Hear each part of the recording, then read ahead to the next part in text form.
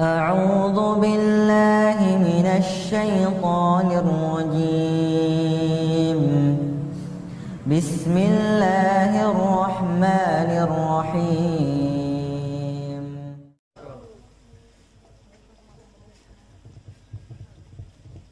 Acara kelima, khutbatul iftitah kepada Kiai Haji Ustadz Ayub Handriadi dipersilahkan.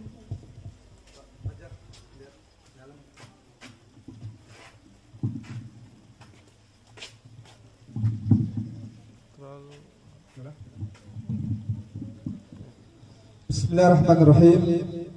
Assalamualaikum warahmatullahi wabarakatuh.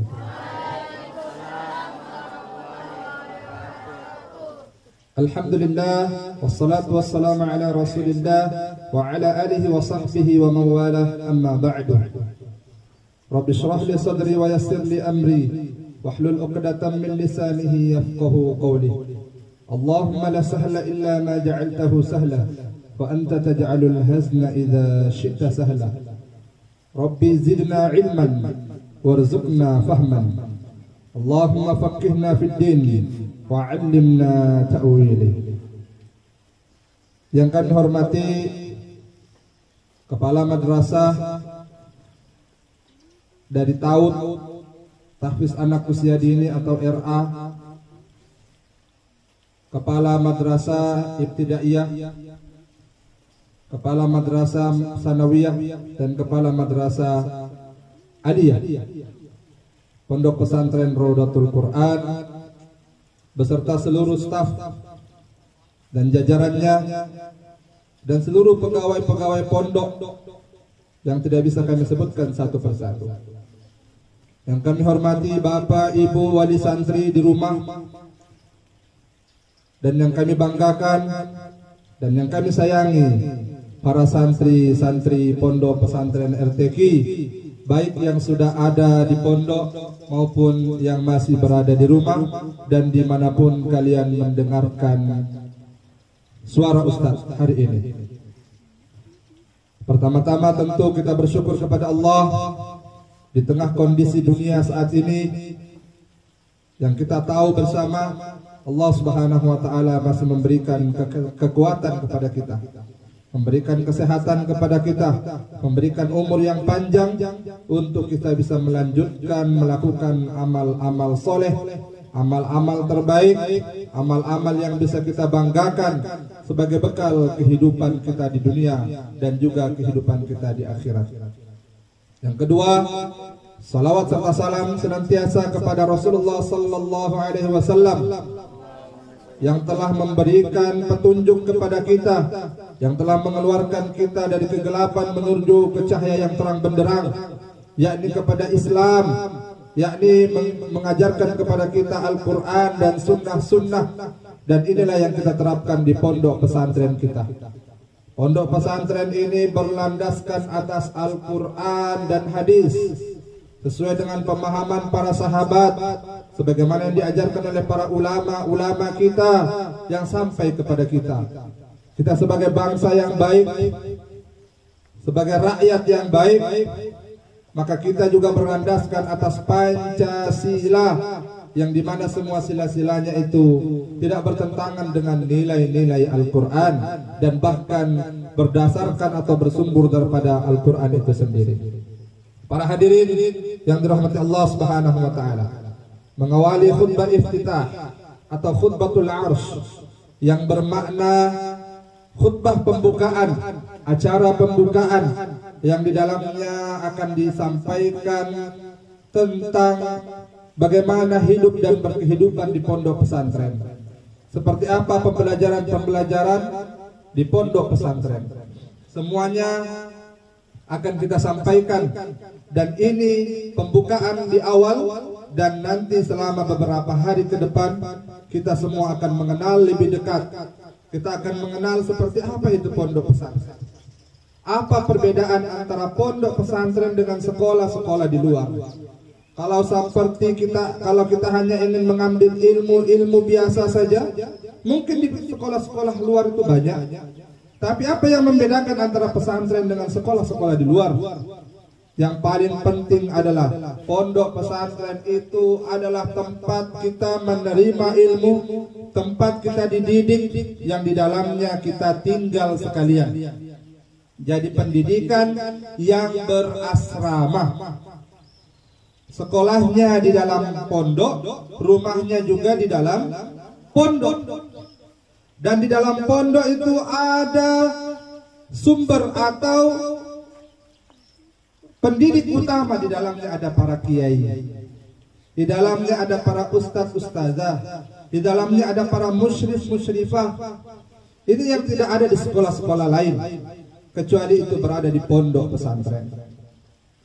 Di pondok pesantren juga lengkap, bukan hanya diajarkan ilmu-ilmu biasa, tapi juga ilmu-ilmu agama. Tapi jauh daripada itu ada yang tidak dipelajari di luar, yaitu pembiasaan diri, yaitu kemandirian, yaitu budi pekerti, akhlak yang langsung dipraktekkan sehari semalam, dipraktekkan selama 24 jam dalam waktu tertentu. Ada yang 3 tahun, ada yang 6 tahun plus pengabdian. Ini yang diajarkan di pondok pesantren. Ini yang harus kita tahu bersama. Di pondok pesantren bukan hanya diajarkan tentang kemampuan intelektual, atau mungkin lebih dikenal dengan pondok pesantren itu lebih mengajarkan kepada spiritual saja, lebih keagamaan. Sholatnya, ngajinya, ya betul. Tapi pesantren juga mengajarkan lebih daripada itu. Kemampuan spiritual, yaitu tentang agamanya, bagaimana anak-anak itu rajin beribadah kepada Allah, rajin mengaji, sholatnya terjaga, puasanya terjaga. Tapi lebih daripada itu juga diajarkan bagaimana kemampuan intelektual mereka. Mereka juga diajarkan dengan pelajaran-pelajaran umum. Di sana ada matematika, ada IPA, ada IPS, ada bahasa Inggris, ada semua mata-mata pelajaran diajarkan. Lebih daripada itu juga diajarkan bagaimana para santri dididik untuk bisa atau ada kemampuan emosional, yang lebih dikenal dengan akhlakul karimah. Ini yang paling penting. Dan sebagai sumber utama dari itu semua adalah guru yang akan menjadi suri tauladan, yang akan menjadi contoh terbaik. Dan ini yang tidak didapatkan sampai dengan saat ini. Kalau fungsi guru, saya sampaikan, kalau fungsi guru itu hanya menyebarkan ilmu atau menyampaikan ilmu saja, maka suatu saat guru tidak berguna lagi. Suatu saat nanti tatap muka di dalam kelas sudah tidak ada gunanya lagi, kalau hanya guru itu menyampaikan informasi saja. Kenapa? Sekarang kita lihat, guru dari rumah, muridnya di rumah. Hanya lihat video saja cukup. Atau guru hanya memberi tugas, setelah itu buka YouTube, dapat sudah. Tentang apa? Berapa tambah berapa? Berapa kali berapa? Tentang apa? Sejarah apa? Bagaimana tentang tumbuh-tumbuhan, tanaman-tanaman. Itu semua bisa didapatkan dari dunia maya, dari Google. Buka aja tante Google itu, ya, langsung muncul semua. Apa yang kita minta muncul semua. Buka aja YouTube, kita mau nonton apa, ngomong aja di situ, muncul semua. Kalau memang seperti itu fungsi guru, maka suatu saat di dalam kelas sudah tidak ada lagi, tidak berguna lagi. Tapi guru lebih daripada itu. Guru itu adalah gugu, yang digugu dan yang ditiru. Itu yang nanti tidak bisa didapatkan. Itulah yang hanya didapatkan, alhamdulillah, sampai dengan saat ini di pondok pesantren. Langsung dilihat kebiasaan sehari-hari. Bagaimana pendidikan sehari-hari, ditanamkan karakter moral kepada kita semua, diberikan contoh-contoh dari bangun tidur sampai tidur lagi. Bagaimana di pondok pesantren diajarkan tata cara, adab-adab, mau makan, mau tidur, mau masuk masjid, keluar masjid, masuk WC, keluar WC, adab belajar, semua adab-adab. Bahkan langsung dicontohkan oleh guru itu sendiri. Maka guru, sebagaimana Rasulullah sallallahu alaihi wasallam, laqad kana lakum fi Rasulillahi uswatun hasanah. Guru itu yang digugu dan ditiru, mereka nanti akan mengajarkan kepada kita bukan hanya sekedar kemampuan spiritual, kemampuan emosional, kemampuan intelektual, tapi juga kemampuan emosional. Bahkan di pondok pesantren juga diajarkan lifestyle, bagaimana kita bergaya hidup. Tentu yang bergaya hidup yang islami, yang harus kita tanamkan adalah panca jiwa di pondok pesantren. Panca jiwa pondok pesantren itu yang pertama ditanamkan kepada para santri, kepada guru-guru, kepada seluruh warga pondok pesantren termasuk orang tua. Diajarkan panca jiwa yang pertama adalah keikhlasan. Tadi sudah disampaikan sama Ustadz kita. Bagaimana kita punya niat dari rumah, betul karena Allah Subhanahu wa taala, untuk membanggakan, membahagiakan orang tua kita, menjadi orang yang berguna, bermanfaat, apalagi di tengah kondisi seperti ini. Saya sudah sampaikan kepada kalian, kalian di pondok pesantren insya Allah orang tuamu lebih tenang, lebih senang. Kenapa? Karena kondisi di luar lagi tidak aman. Orang tuamu lagi bekerja, dia khawatir kalau dia menularkan virus kepada anak-anaknya di rumah. Lebih baik anak saya di pondok pesantren, saya kerja di luar, tinggal apapun yang dia minta tinggal saya kirimkan. Belum lagi kalau dia di rumah Ustaz, tidak bisa ditahan, keluar aja terus, keluyuran aja terus, nongkrong, apa bahasanya? Nongki, ya, TP, apa lagi? Dan lain-lain, ya. Kerjanya di rumah aja memang Ustaz, tapi HP aja, IG aja terus, TikTok aja, sampai sekarang ada TikTok syndrome. Kalau ngomong, kamu mau kemana? Aku ada di sini. Ya, oh, nggak tahu di mana. Sampai begitu tuh, orang tuanya juga bilang ini susah Ustaz. Memang harus dimasukkan cepat di pondok pesantren ini. Di rumah kerjanya nonton aja terus, disuruh masak, nggak mau, cuci piring juga nggak mau. Main aja terus, susah Ustaz, disuruh ngaji, nggak mau ngaji. Berkelahi kita Ustaz, menangis-nangis, teriak-teriak dia Ustaz. Disuruh sholat, apalagi. Mana dia mau sholat Ustaz? Apalagi sekarang juga nggak boleh anak-anak ke masjid. Tambah Ustaz, tambah nggak mau sudah sholat. Mengaji juga belum dibuka, tambah nggak mau ngaji. Kadang kami mau ajar ngaji, kami juga nggak tahu ngaji Ustaz. Wah, ada juga yang begitu. Ada kami tahu ngaji tapi nggak mau, betul susah Ustaz. Lebih masih di pondok pesantren, ya. Apalagi kondisi seperti ini. Kita di pondok pesantren ini kena sinar matahari. Kenapa Ustaz begini? Sengaja, biar kena juga sinar matahari. Jadi ini kan sudah kuat-kuat, ini biasa. Obat ini. Dulu orang takut berjemur, sekarang orang harus selalu berjemur, biar mendapatkan vitamin.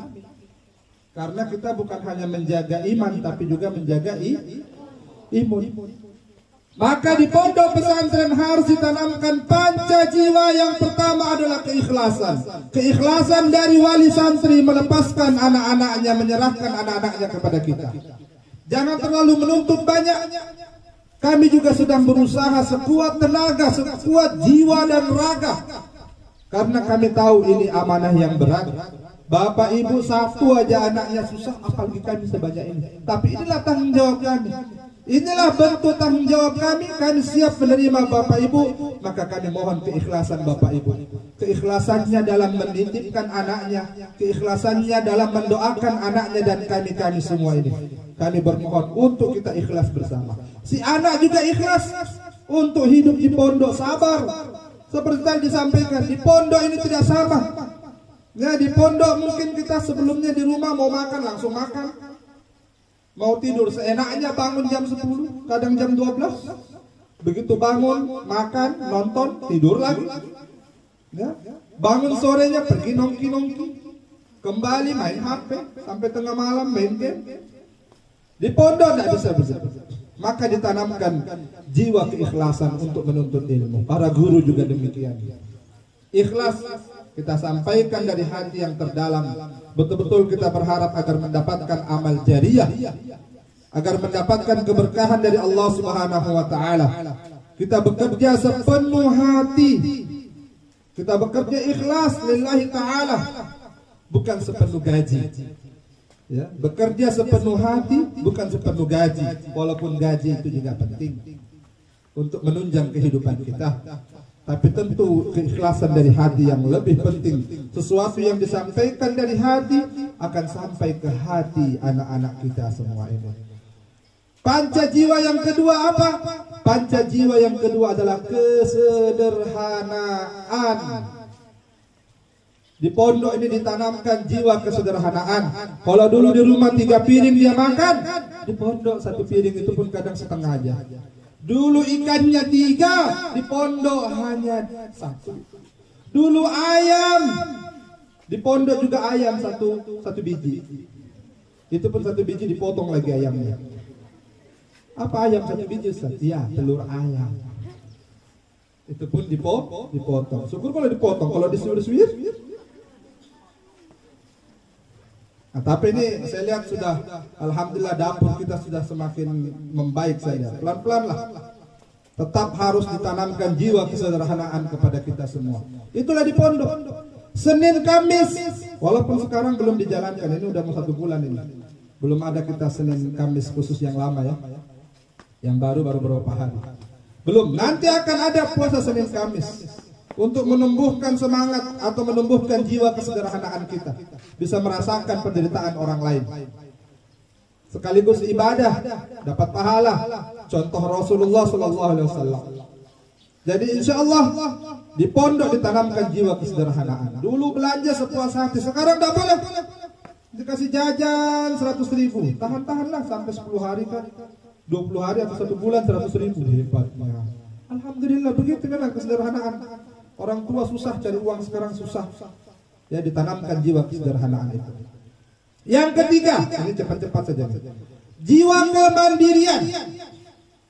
Kita harus mandiri. Kalau dulu mau makan, mau minum enak, mak minta mak. Mak masakan ini, masakan itu. Sekarang tidak bisa. Dulu mandi dimandiin, si Lia minum, si Gizan dimandikan. Iyalah, waktu masih kecil kan mandi. Sekarang besar sudah tidak mandi sendiri. Ya, tapi nanti kelak kita akan dimandikan juga.